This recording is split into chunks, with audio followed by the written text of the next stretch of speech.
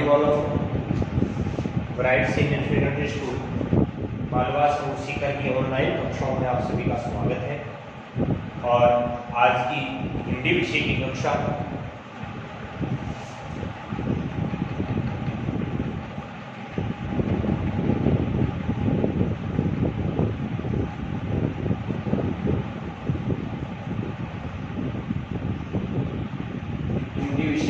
में प्रकरण होगा अपना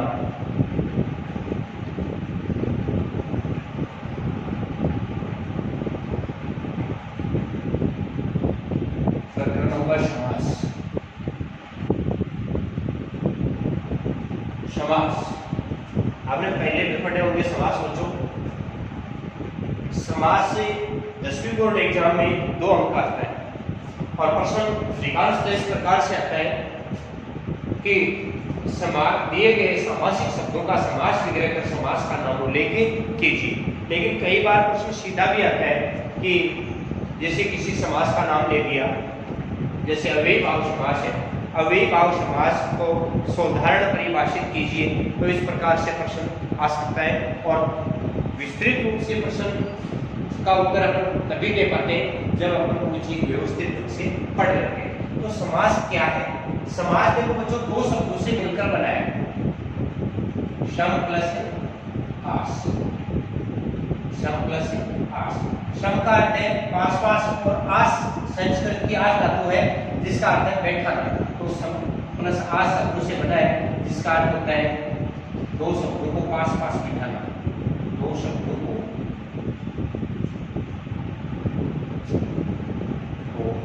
पास पास बिठाना। समास शब्द 2 शब्दों से मिलकर बना है जिसका अर्थ होता है पास पास बिठाना। कुछ एक बच्चों के दिमाग में चल रहा है कि समास और संधि में अंतर क्या है। समास और संधि में अंतर क्या है? समास और संधि में बच्चों सामान्य सा एक छोटा सा अंतर है कि समास में 2 शब्दों को पास पास बिठाया जाता है। समास में 2 शब्दों को पास पास बिठाया जाता है, जबकि संधि में 2 वर्णों को पास पास बिठाया जाता है या 2 वर्णों से विकार होकर के तीसरा वर्ण बनता है। तो वर्णों में संधि होती है और शब्दों में समास होता है। अब समास की सामान्य सी परिभाषा अपन पढ़ेंगे और समास का शाब्दिक अर्थ, समास का शाब्दिक अर्थ है संक्षिप्तीकरण करना।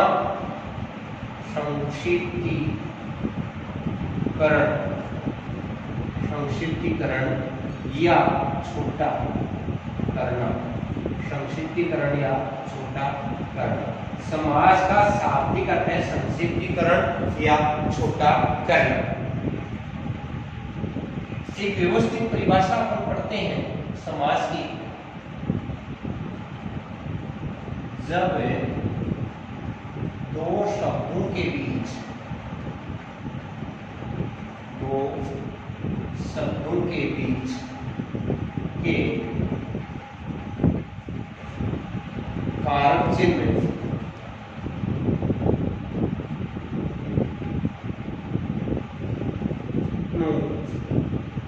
को हटाकर पास पास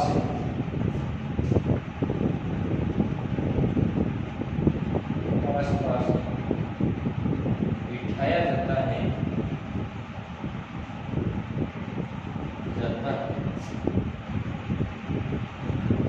तो वहाँ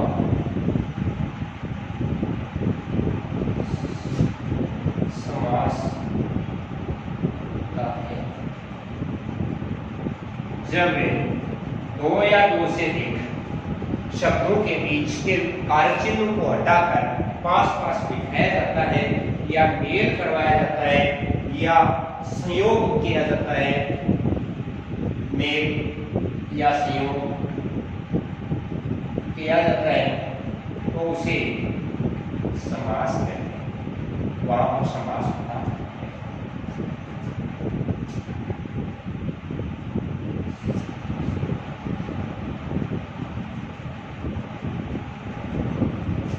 समास को एक प्रक्रिया भी कहते हैं।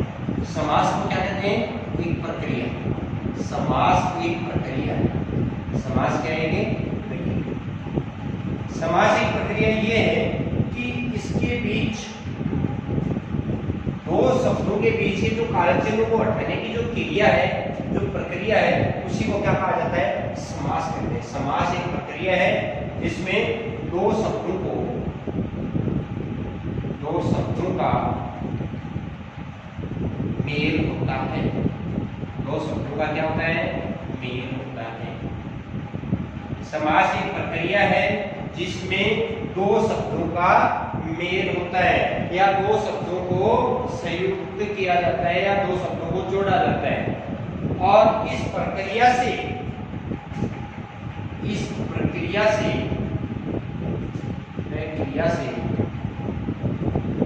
बने शब्दों को, इस प्रक्रिया से बने शब्दों को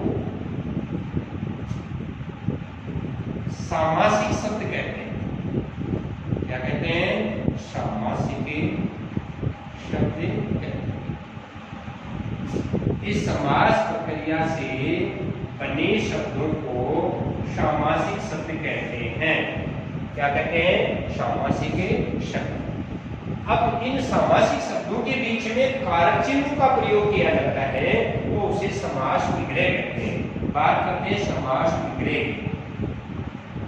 समास विग्रह, बच्चों विग्रह शब्द से आप सीधा अर्थ लगा सकते हैं अलग अलग करना, दूर दूर करना, अर्थात दो शब्दों के बीच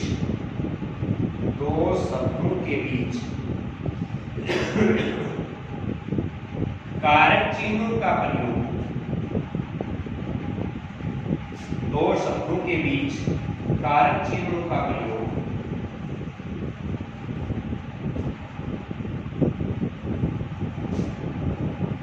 करने की क्रिया को, दो शब्दों के बीच कारक चिन्हों का प्रयोग करने की, प्रयोग कर उनको अलग अलग करने, प्रयोग कर उनको अलग अलग करने,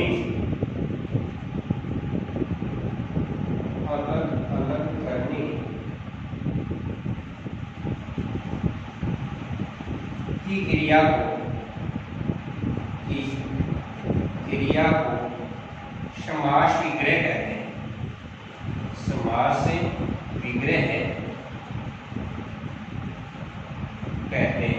जब कोई सामासिक शब्द होता है और उस सामासिक शब्द में जो दो पद होते हैं उन पदों के बीच में कारक चिन्हों का प्रयोग किया जाता है और उन कारक चिन्हों का प्रयोग करके उन पदों को अलग अलग किया जाता है, उन शब्दों को अलग अलग कर दिया जाता है, उस क्रिया को समास विग्रह कहते हैं। जैसे आप सामासिक शब्द पढ़ रहे हैं, माता, देश, पिता। अब ये क्या बच्चों? सामासिक शब्द है। क्या है? सामासिक शब्द। माता, पिता, सामासिक शब्द। अब ये सामासिक शब्द का आपको क्या करना है? समास विग्रह करना है। क्या करना है? समास विग्रह। तो इसका समास विग्रह हो जाएगा माता और पिता। माता और पिता, माता और पिता। तो ये क्या है? समास विग्रह। क्या है? समास विग्रह। माता और पिता समास विग्रह हो जाएगा। आगे अपन पढ़ेंगे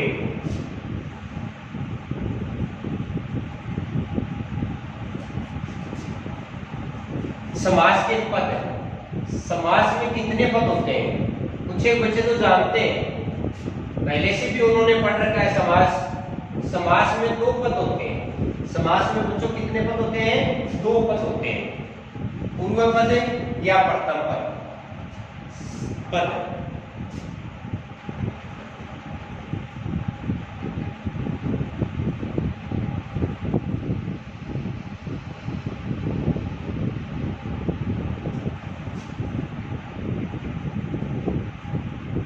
सामासिक शब्दों में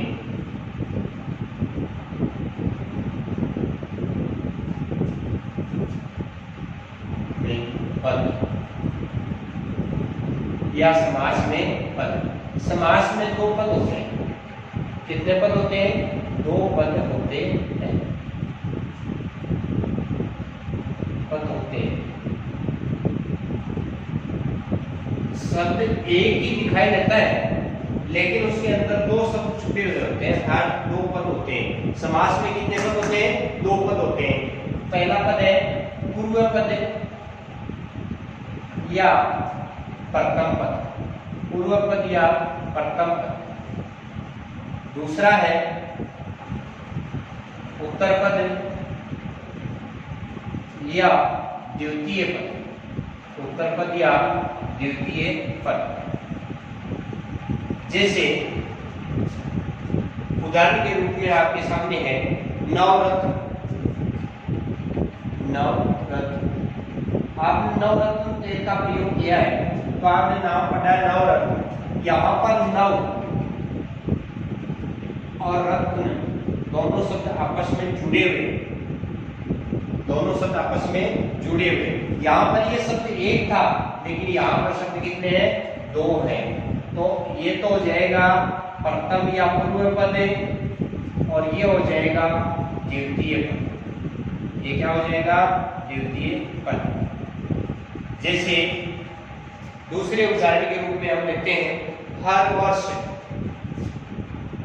हर वर्ष, हर वर्ष। तो हर और वर्ष दोनों आपस में जुड़े हुए, दोनों जुड़े हुए। ये प्रथम पद है और ये द्वितीय पद है। ये क्या है? द्वितीय पद। तो समास में बच्चों दो पद होते हैं, पूर्व पद या प्रथम पद, उत्तर पद या द्वितीय पद। उत्तर पद या द्वितीय पद। बात करते हैं समास के भेदों की। समास के भेद, समास के कितने भेद होते हैं? कुछ एक बच्चे हैं वो तो बताते हैं कि समास के 4 भेद होते हैं। कुछ एक बच्चे बताते हैं कि समास के 6 भेद होते हैं। आज उस डाउट को मैं आपके सामने क्लियर कर देता हूं कि समास के कितने भेद होते हैं। अगर आप देखें कि पदों की प्रधानता के आधार पर समास के भेद किए जाए तो पदों की प्रधानता के आधार पर समास के 4 ही भेद होते हैं। समास के कितने भेद होते हैं? 4 ही भेद होते हैं पदों की प्रधानता के आधार पर। अगर अपन सामान्य रूप से देखें तो समास के 6 भेद होते हैं। यहाँ पर अपन समास के 4 भेद न पढ़कर कितने भेद पढ़ेंगे? 6 भेद पढ़ेंगे। क्यों? क्योंकि आपने दो समासों का नाम सुना है, द्विगु समास और क्रमधारय समास। द्विगु समास और क्रमधारय समास तत्पुरुष समास के भेद हैं, किंतु ये मुख्य रूप से भी गिने जाते हैं। तो समास के भेद, समास के भेद। पहला है पदों की प्रधानता के आधार पर, पदों की प्रधानता के आधार पर, के आधार पर समास के 4 भेद होते हैं। पदों की प्रधानता के आधार पर समास के 4 भेद होते हैं। पदों की प्रधानता के आधार पर समास के 4 भेद होते हैं। वो किस प्रकार से होते हैं वो भी आपके सामने प्रस्तुत हो रहे हैं। आपने पढ़ा है कि समास में 2 पद होते हैं, प्रथम पद और द्वितीय पद। तो अपन पढ़ेंगे प्रथम पद प्रधान, प्रथम पद प्रधान, प्रथम पद प्रधान। प्रथम पद कौन से समास का प्रधान होता है? अव्ययी भाव समास का होता है। तो जिस समास का प्रथम पद प्रधान होता है उसे अव्ययी भाव समास कहते हैं। कौन सा समास कहते हैं? अव्ययी भाव समास। वह में अपन पढ़ेंगे द्वितीय पद प्रधान, द्वितीय पद प्रधान। द्वितीय पद कौन से समास का प्रधान होता है? तत्पुरुष समास का प्रधान होता है। तत्पुरुष समास। तत्पुरुष समास के 2 भेद होते हैं। तत्पुरुष समास के कितने भेद होते हैं? 2 भेद होते हैं। 2 भेदों में अपन ले सकते हैं कर्मधारय समास, कर्मधारय समास और द्विगु समास, और द्विगु समास। अब ये दोनों भेद होते हैं इसके तत्पुरुष समास के, इनका भी द्वितीय पद ही प्रधान होता है। कर्मधारय समास का भी द्वितीय पद प्रधान होता है और द्विगु समास का भी द्वितीय पद प्रधान होता है। इसलिए इनका द्वितीय पद प्रधानता होने के कारण तत्पुरुष समास में समाहित किया गया है। दोनों समासों के द्वितीय पद प्रधान है, तत्पुरुष समास का द्वितीय पद प्रधान है, इसलिए दोनों को तत्पुरुष समास का क्या माना गया है? उपभेद माना गया है। क्या माना गया है? उपभेद। दोनों को क्या माना गया? उपभेद। अब बात करते हैं दोनों पद प्रधान, दोनों पद प्रधान, दोनों पद कौन सी समास के प्रधान होते हैं? आपने नाम सुना है द्वंद्व समास। द्वंद्व समास के दोनों पद प्रधान होते हैं। द्वंद्व समास के दोनों पद प्रधान होते हैं। बात करते हैं दोनों ही पद अप्रधान, दोनों ही पद हैं वो अप्रधान होते हैं। कहने का तात्पर्य कि दोनों पद मिलकर एक तीसरे पद का निर्माण करते हैं, एक तीसरे पद का निर्माण करते हैं, वहां पर बहुव्रीहि समास माना जाता है। बहुव्रीहि समास, बहुव्रीहि बोला जाता है इसको, बहुव्रीहि समास, बहुव्रीहि समास। इस प्रकार से ये समास के चार भेद है, वो पद की प्रधानता के आधार पर। यहाँ पर प्रथम पद प्रधान अव्ययी भाव समास, द्वितीय पद प्रधान तत्पुरुष समास। तत्पुरुष समास के दो भेद हैं, कर्मधारय और द्विगु समास, इनका भी द्वितीय पद ही प्रधान होता है। दोनों पद प्रधान द्वंद्व समास, दोनों ही पद अप्रधान बहुव्रीहि समास। अब अपन बात करते हैं 2 नंबर की, समास के सामान्यतः, समास के सामान्यतः 6 भेद होते हैं। समास के सामान्यतः 6 भेद होते हैं। ये प्रश्न है, ये कंपटीशन की जो एग्जाम है, प्रतियोगी परीक्षाएं हैं, उनमें अधिकांशतः पूछा जाता है बच्चों को कंफ्यूज करने के लिए कि समास के कितने भेद होते हैं। तो समास के कितने भेद होते हैं, ये प्रश्न अगर आए तो यहाँ समास के 6 भेद होते हैं। प्रश्न आए कि समास के कितने भेद होते हैं, तो समास के सामान्यतः 6 भेद होते हैं। अगर प्रश्न इस प्रकार से आए कि पदों की प्रधानता के आधार पर समास के कितने भेद होते हैं, तो पदों की प्रधानता के आधार पर बच्चों समास के 4 भेद होते हैं और सामान्य रूप से 6 भेद होते हैं। और इन 6 भेदों के नाम मैं एक बार दोबारा लिख देता हूँ ताकि आपको भी याद हो जाए। अव्ययी भाव समास, अव्ययी भाव समास, तत्पुरुष समास,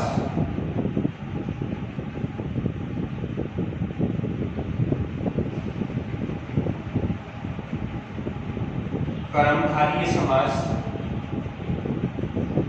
कर्मधारय समास,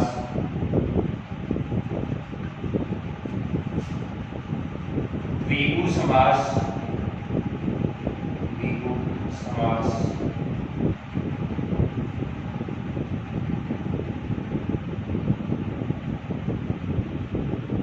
द्वंद्व समास, द्वंद्व समास, और आगे आता है बहुव्रीहि समास, बहुव्रीहि